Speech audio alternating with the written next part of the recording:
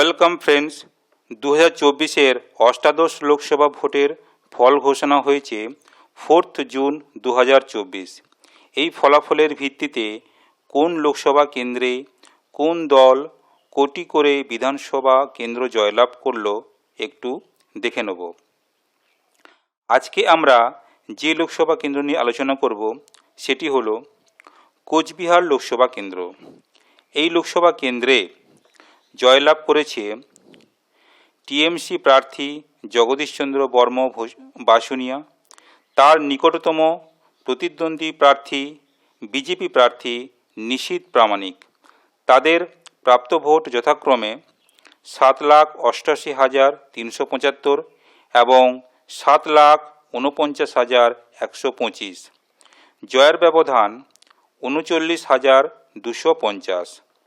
এইবার এই কোচবিহার লোকসভা কেন্দ্রের 7টি বিধানসভা কেন্দ্রের মধ্যে টিএমসি জয়লাভ করেছে 5টি বিধানসভা কেন্দ্র এবং বিজেপি জয়লাভ করেছে 2টি বিধানসভা কেন্দ্র।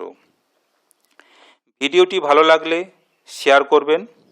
আপনারা ভালো থাকবেন, সুস্থ থাকবেন। ধন্যবাদ।